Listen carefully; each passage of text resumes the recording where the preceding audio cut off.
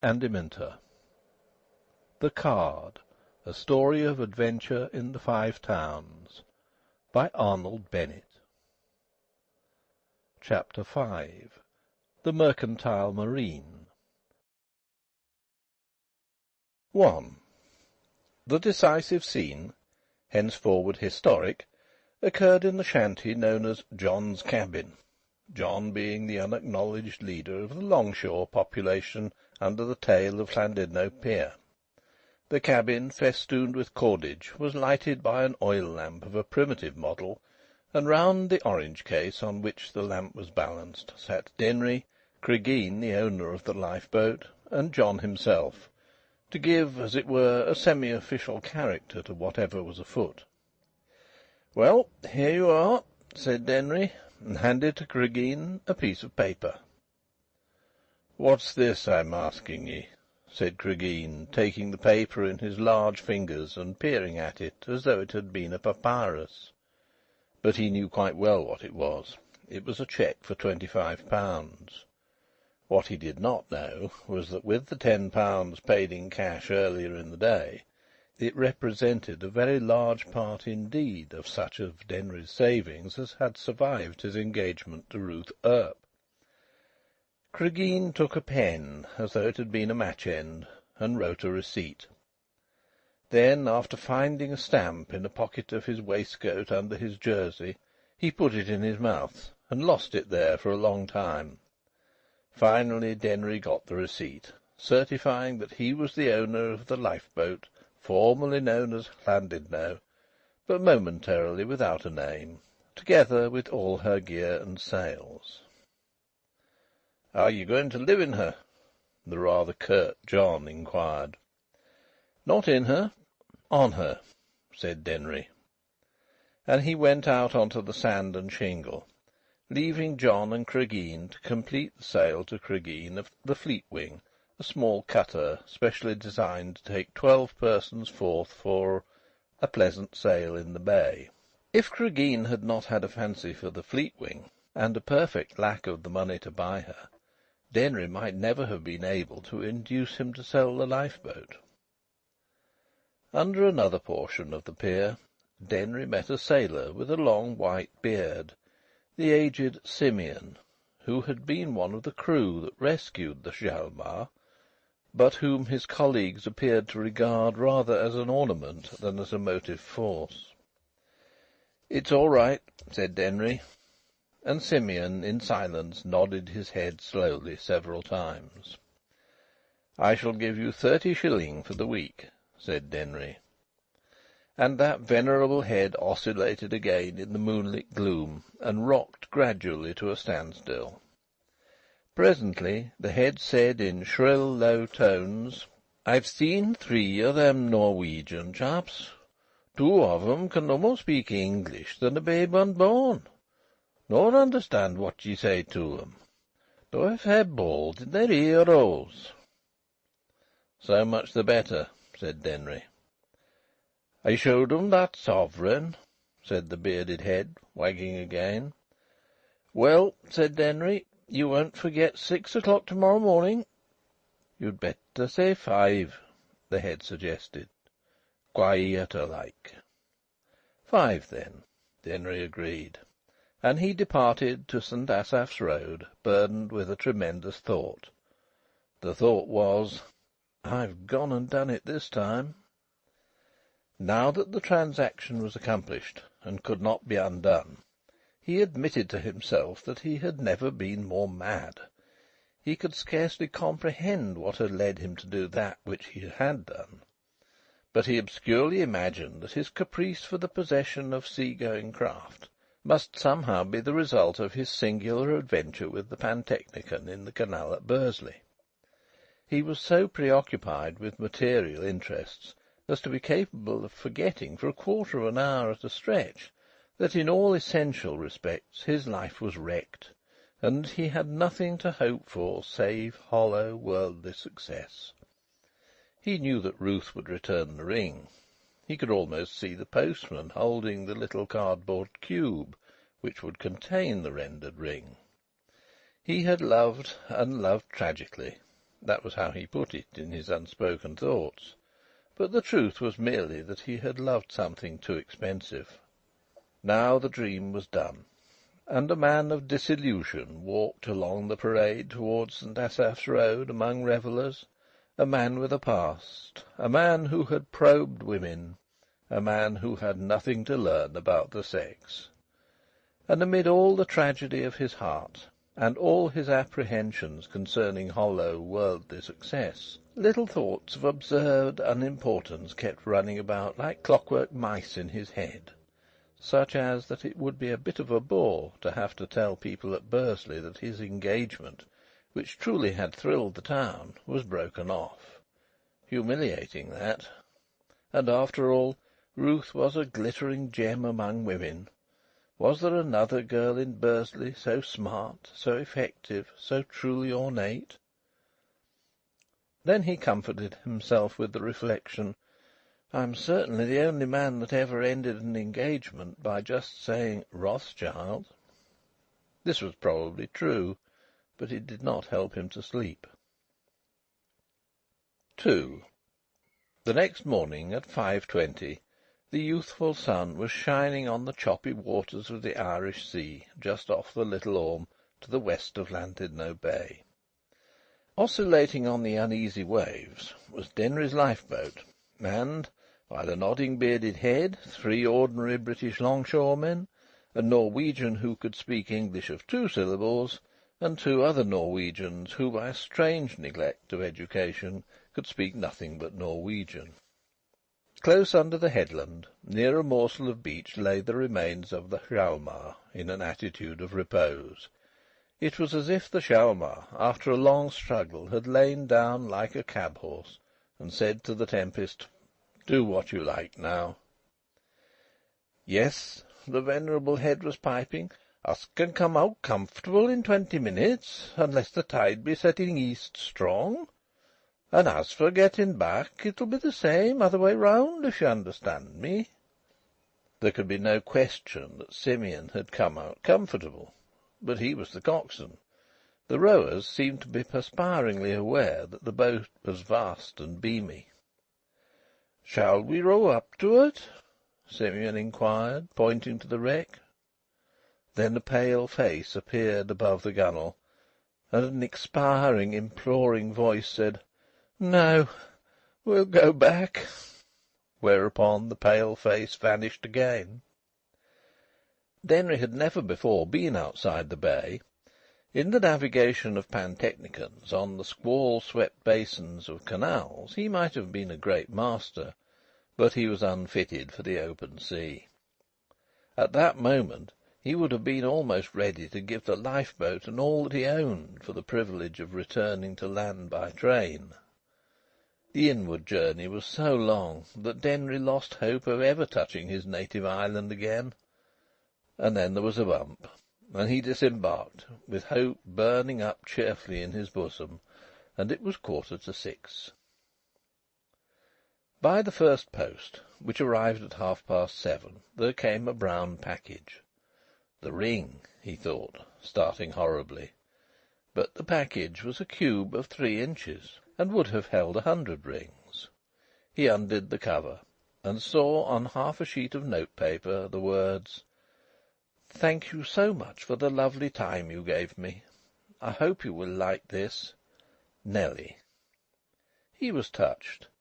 If Ruth was hard, mercenary, costly, her young and ingenuous companion could at any rate be grateful and sympathetic. Yes, he was touched. He had imagined himself to be dead to all human affections, but it was not so. The package contained chocolate, and his nose at once perceived that it was chocolate impregnated with lemon, the surprising but agreeable compound accidentally invented by Nelly on the previous day at the pier buffet. The little thing must have spent a part of the previous afternoon in preparing it, and she must have put the package in the post at Crewe. Secretive and delightful little thing. After his recent experience beyond the bay, he had imagined himself to be incapable of ever eating again, but it was not so. The lemon gave a peculiar, astringent, appetizing, settling quality to the chocolate, and he ate even with gusto. The result was that instead of waiting for the 9 o'clock boarding-house breakfast, he hurried energetically into the streets and called on a jobbing printer whom he had seen on the previous evening. As Ruth had said, there is nothing like chocolate for sustaining you. 3. At 10 o'clock, 2 Norwegian sailors, who could only smile in answer to the questions which assailed them, were distributing the following handbill on the parade: Wreck of the Hjalmar. Heroism at Llandudno. Every hour at 11, 12, 2, 3, 4, 5, and 6 o'clock, the identical, guaranteed lifeboat which rescued the crew of the Hjalmar will leave the beach for the scene of the wreck, manned by Simeon Edwards, the oldest boatman in Llandudno, and by members of the rescued crew, genuine Norwegians, guaranteed. Simeon Edwards, coxswain. Return fare, with use of cork belt and lifelines if desired, 2 shillings and sixpence. A unique opportunity, a unique experience. P.S. The bravery of the lifeboatmen has been the theme of the press throughout the Principality and neighbouring counties. E. H. Machin. At 11 o'clock there was an eager crowd down on the beach, where, with some planks and a piece of rock, Simeon had arranged an embarkation pier for the lifeboat. One man in overalls stood up to his knees in the water and escorted passengers up the planks, while Simeon's confidence-generating beard received them into the broad waist of the boat. The rowers wore sou'westers and were secured to the craft by lifelines, and these conveniences were also offered, with lifebelts, to the intrepid excursionists. A paper was pinned in the stern: "Licence to carry 14." Denry had just paid the fee. But quite 40 people were anxious to make the first voyage. "No more!" shrilled Simeon solemnly, and the wader scrambled in and the boat slid away. "Fares, please!" shrilled Simeon. He collected £1.15 and slowly buttoned it up in the right-hand pocket of his blue trousers. "Now, my lads, with a will!" he gave the order, and then, with deliberate method, he lighted his pipe, and the lifeboat shot away. Close by the planks stood a young man in a negligent attitude, and with a look on his face as if to say, "Please do not imagine that I have the slightest interest in this affair." He stared consistently out to sea until the boat had disappeared round the Little Orme, and then he took a few turns on the sands, in and out amid the castles. His heart was beating in a most disconcerting manner. After a time he resumed his perusal of the sea, and the lifeboat reappeared and grew larger and larger, and finally arrived at the spot from which it had departed, only higher up the beach, because the tide was rising. And Simeon debarked first, and there was a small blue and red model of a lifeboat in his hand, which he shook to a sound of coins. "For the lifeboat fund, for the lifeboat fund," he gravely intoned. Every debarking passenger dropped a coin into the slit. In 5 minutes the boat was refilled, and Simeon had put the value of 14 more half-crowns into his pocket. The lips of the young man on the beach moved, and he murmured, "That makes over £3. Well, I'm dashed." At the hour appointed for dinner he went to St. Asaph's Road, but could eat nothing. He could only keep repeating very softly to himself, "Well, I'm dashed." Throughout the afternoon the competition for places in the lifeboat grew keener and more dangerous. Denry's craft was by no means the sole craft engaged in carrying people to see the wreck. There were dozens of boats in the business, which had suddenly sprung up that morning, the sea being then fairly inoffensive for the first time since the height of the storm. But the other boats simply took what the lifeboat left. The guaranteed identity of the lifeboat, and of the Norseman, who replied to questions in gibberish, and of Simeon himself, the sou'westers, the lifebelts, and the lines. even the collection for the lifeboat fund at the close of the voyage. All these matters resolved themselves into a fascination which Llandudno could not resist. And in regard to the collection a remarkable crisis arose. The model of a lifeboat became full, gorged to the slot, and the local secretary of the fund had the key. The model was dispatched to him by special messenger to open and to empty, and in the meantime Simeon used his sou'wester as a collecting box. This contretemps was impressive. At night Denry received £12 odd at the hands of Simeon Edwards. He showered the odd in largesse on his heroic crew, who had also received many tips. By the evening post the fatal ring arrived from Ruth, as he anticipated. He was just about to throw it into the sea, when he thought better of the idea and stuck it in his pocket. He tried still to feel that his life had been blighted by Ruth, but he could not. The £12, largely in silver, weighed so heavy in his pocket. He said to himself, "Of course, this can't last." 4.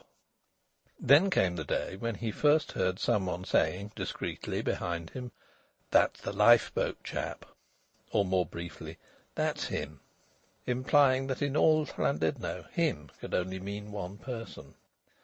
And for a time he went about the streets self-consciously.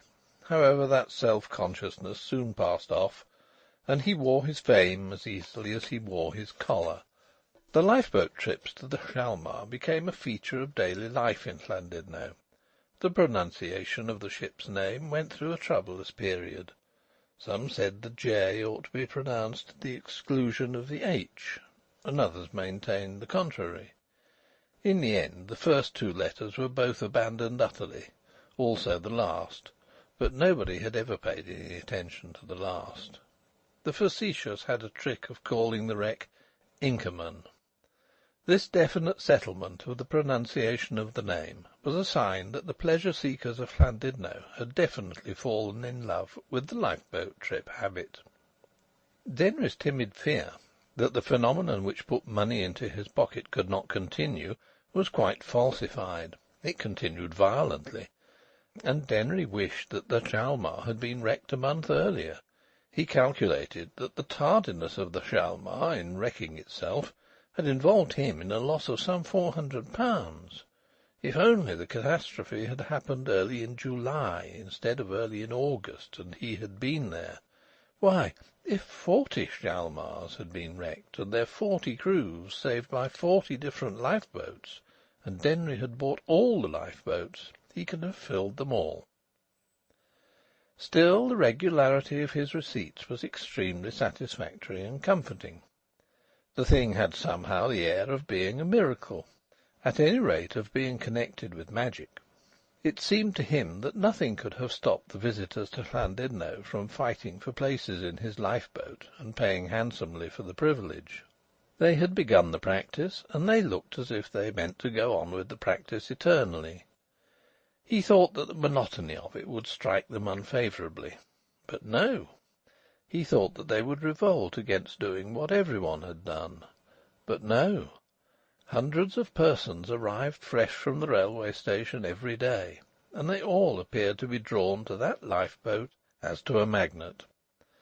They all seemed to know instantly and instinctively that to be correct in Llandudno they must make at least one trip in Denry's lifeboat. He was pocketing an income which far exceeded his most golden visions, and therefore, naturally, his first idea was to make that income larger and larger still. He commenced by putting up the price of the afternoon trips. There was a vast deal too much competition for seats in the afternoon.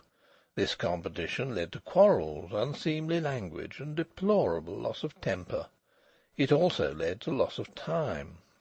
Denry was therefore benefiting humanity by charging 3 shillings after 2 o'clock.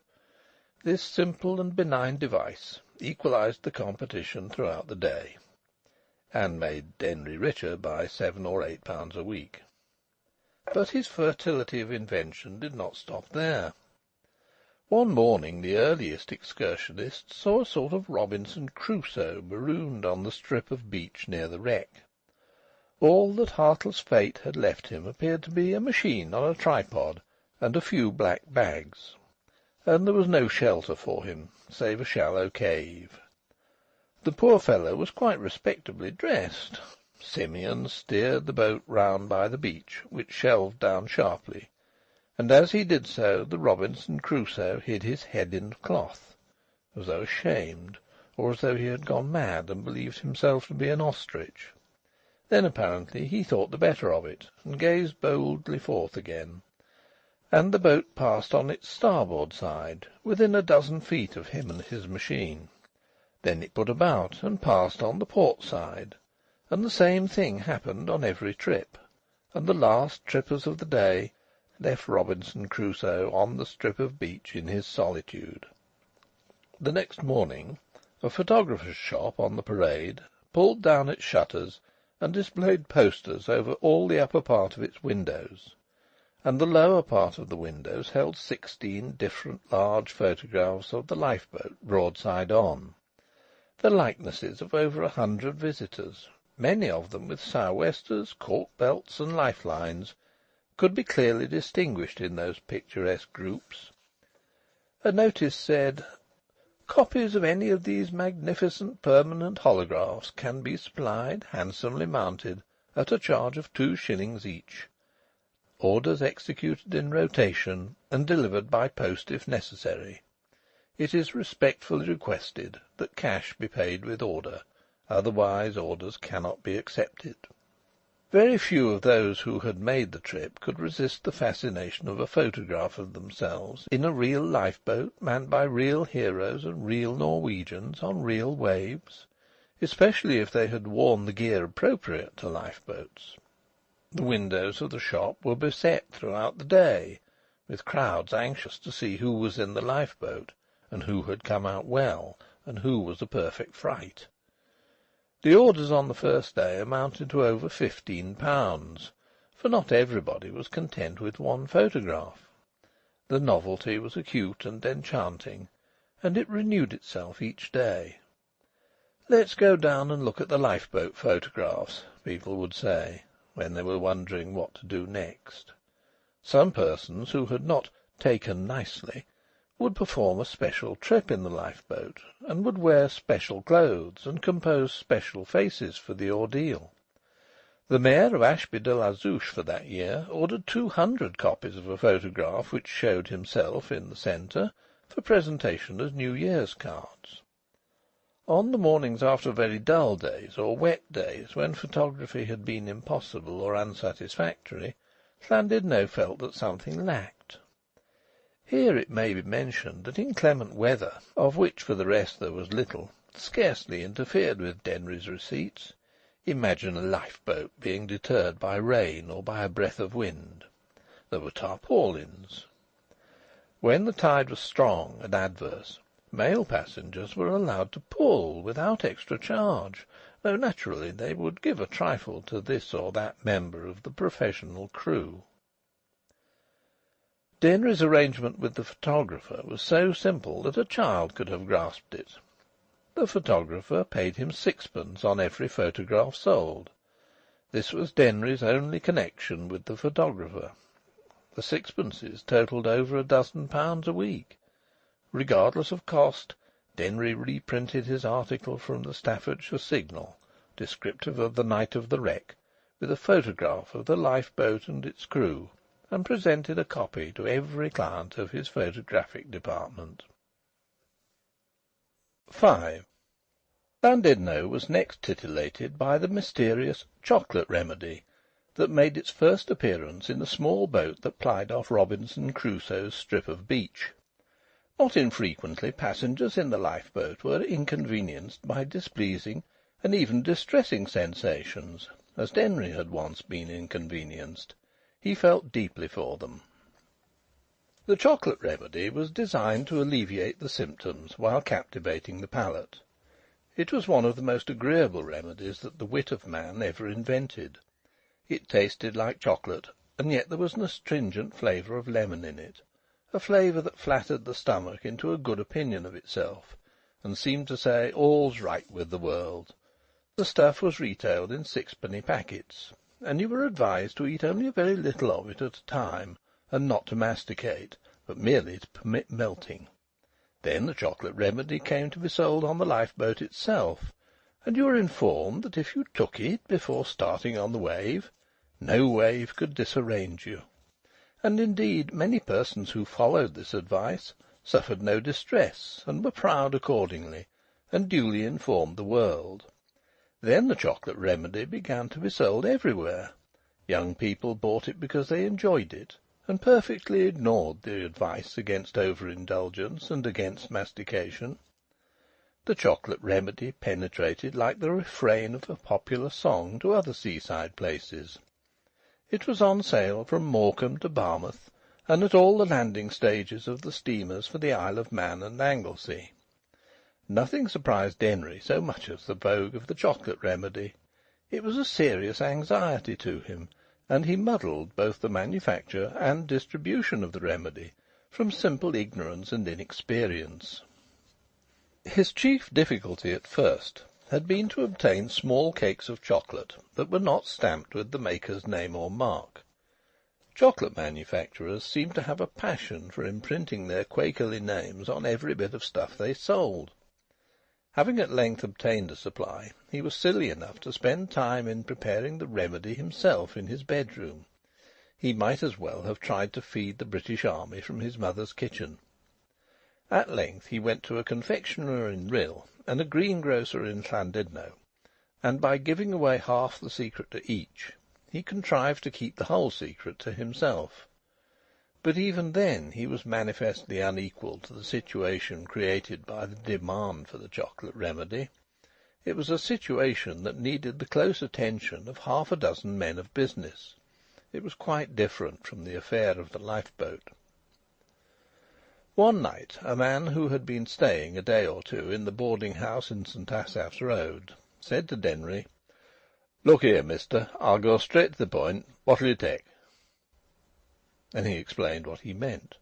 What would Denry take for the entire secret and rights of the chocolate remedy, and the use of the name Machin, without which none was genuine? "What do you offer?" Denry asked. "Well, I'll give you £100 down, and that's my last word." Denry was staggered. £100 for simply nothing at all, for dipping bits of chocolate in lemon juice? He shook his head. "I'll take 200, he replied, and he got 200. It was probably the worst bargain that he ever made in his life, for the chocolate remedy continued obstinately in demand for 10 years afterwards.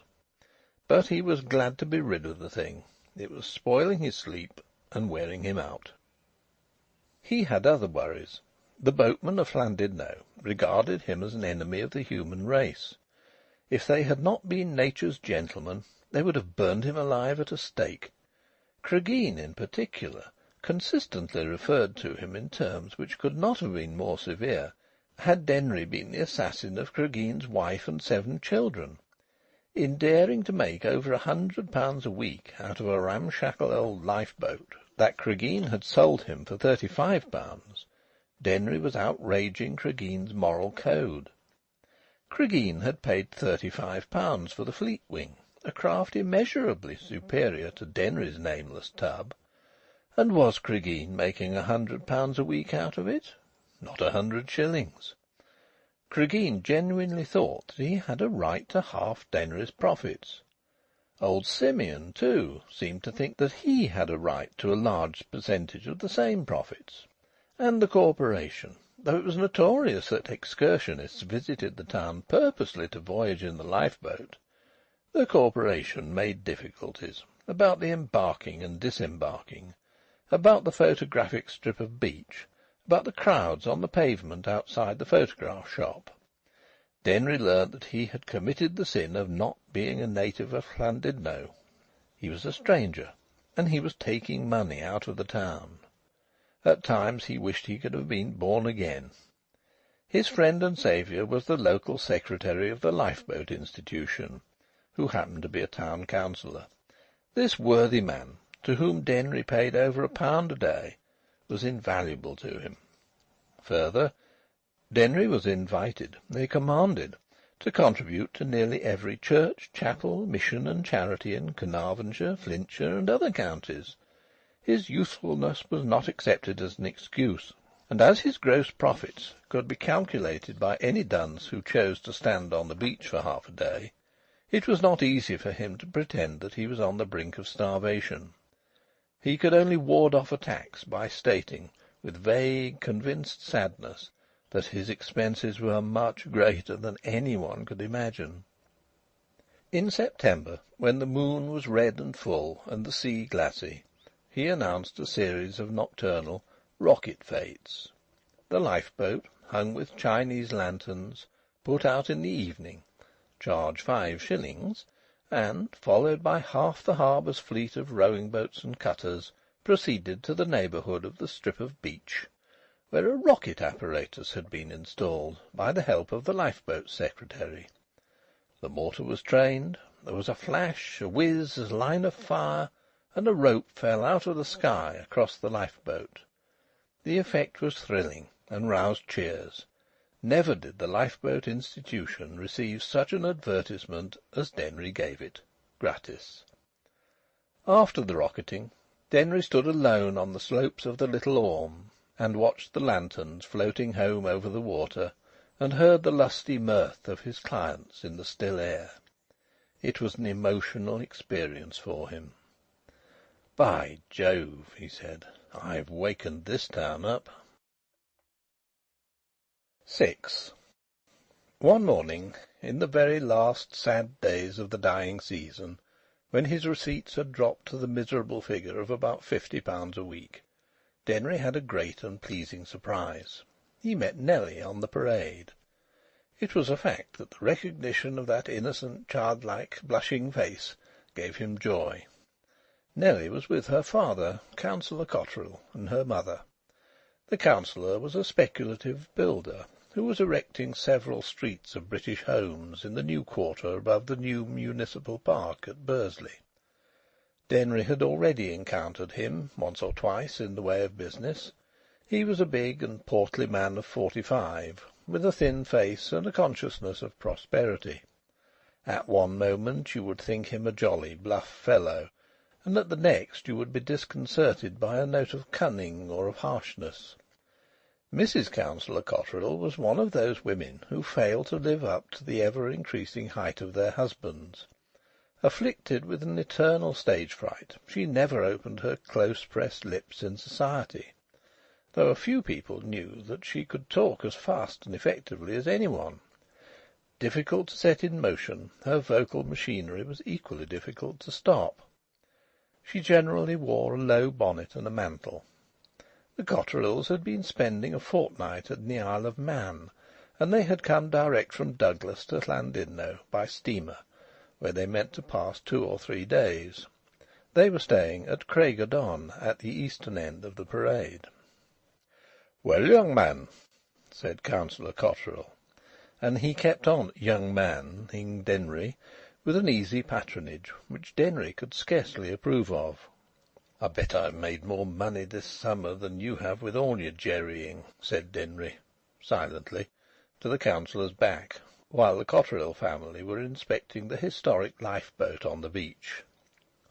Councillor Cotterill said frankly that one reason for their calling at Llandudno was his desire to see this singular lifeboat, about which there really had been a great deal of talk in the Five Towns. The admission comforted Denry. Then the councillor recommenced his young manning. "Look here," said Denry carelessly, "you must come and dine with me one night, all of you, will you? Nobody who has not passed at least 20 years in a district where people dine at 1 o'clock, and dining after dark is regarded as a wild idiosyncrasy of earls, can appreciate the effect of this speech." The councillor, when he had recovered himself, said that they would be pleased to dine with him. Mrs. Cotterill's tight lips were seen to move, but not heard, and Nelly glowed. "Yes," said Denry, "come and dine with me at the Majestic." The name of the Majestic put an end to the young manning. It was a new hotel by the pier, and advertised itself as the most luxurious hotel in the Principality, which was bold of it, having regard to the magnificence of caravanserais at Cardiff. It had 200 bedrooms, and waiters who talked English imperfectly, and its prices were supposed to be fantastic. After all, the most startled and frightened person of the four was perhaps Denry. He had never given a dinner to anybody. He had never even dined at night. He had never been inside the Majestic. He had never had the courage to go inside the Majestic. He had no notion of the mysterious preliminaries to the offering of a dinner in a public place. But the next morning he contracted to give away the lifeboat to a syndicate of boatmen, headed by John, their leader, for £35, and he swore to himself that he would do that dinner properly, even if it cost him the whole price of the boat. Then he met Mrs. Cotterill coming out of a shop. Mrs. Cotterill, owing to a strange hazard of fate, began talking at once, and Denry, as an old shorthand writer, instinctively calculated that not Thomas Allen Reade himself could have taken Mrs. Cotterill down verbatim. Her face tried to express pain, but pleasure shone out of it, for she found herself in an exciting contretemps which she could understand. "Oh, Mr. Machin," she said, "what do you think's happened? I don't know how to tell you, I'm sure. Here you've arranged for that dinner to-morrow, and it's all settled, and now Miss Earp telegraphs to our Nelly to say she's coming to-morrow for a day or two with us. You know Ruth and Nelly are such friends. It's like as if what must be, isn't it? I don't know what to do, I do declare. Whatever will Ruth say at us leaving her alone on the first night she comes? I really do think she might have—" "You must bring her along with you," said Denry. "But won't you? Shan't you? Won't it?" "Not at all," said Denry. "Speaking for myself, I shall be delighted." "Well, I'm sure you're very sensible," said Mrs. Cotterill. "I was but saying to Mr. Cotterill over breakfast, I said to him—" "I shall ask Councillor Rhys-Jones to meet you," said Denry. "He's one of the principal members of the Town Council here, local secretary of the Lifeboat Institution, great friend of mine." "Oh!" exclaimed Mrs. Cotterill. "It'll be quite an affair." It was. Denry found, to his relief, that the only difficult part of arranging a dinner at the Majestic was the steeling of yourself to enter the gorgeous portals of the hotel. After that, and after murmuring that you wished to fix up a little snack, you had nothing to do but listen to suggestions, each surpassing the rest in splendour, and say yes. Similarly with the greeting of a young woman who was once to you the jewel of the world. You simply said, "Good afternoon, how are you?" And she said the same, and you shook hands, and there you were, still alive. The one defect of the dinner was that the men were not in evening dress. Denry registered a new rule of life: never travel without your evening dress, because you never know what may turn up. The girls were radiantly white, and after all there is nothing like white. Mrs. Cotterill was in black silk and silence, and after all there is nothing like black silk. There was champagne. There were ices. Nelly, not being permitted champagne, took her revenge in ice. Denry had found an opportunity to relate to her the history of the chocolate remedy. She said, "How wonderful you are!" and he said it was she who was wonderful. Denry gave no information about the chocolate remedy to her father. Neither did she. As for Ruth, indubitably she was responsible for the social success of the dinner. She seemed to have the habit of these affairs. She it was who loosed tongues. Nevertheless, Denry saw her now with different eyes, and it appeared incredible to him that he had once mistaken her for the jewel of the world. At the end of the dinner, Councillor Rhys-Jones produced a sensation by rising to propose the health of their host. He referred to the superb heroism of England's lifeboatmen, and in the name of the institution thanked Denry for £53, which Denry's public had contributed to the funds. He said it was a noble contribution, and that Denry was a philanthropist. And he called on Councillor Cotterill to second the toast, which Councillor Cotterill did in good set terms, the result of long habit, and Denry stammered that he was much obliged, and really it was nothing. But when the toasting was finished, Councillor Cotterill lapsed somewhat into a patronising irony, as if he were jealous of a youthful success. And he did not stop at young man. He addressed Denry grandiosely as "my boy." "This lifeboat, it was just an idea, my boy, just an idea," he said. "Yes," said Denry, "but I thought of it." "The question is," said the Councillor, "can you think of any more ideas as good?" "Well," said Denry, "can you?" With reluctance they left the luxury of the private dining-room, and Denry surreptitiously paid the bill with a pile of sovereigns, and Councillor Rhys-Jones parted from them with lively grief.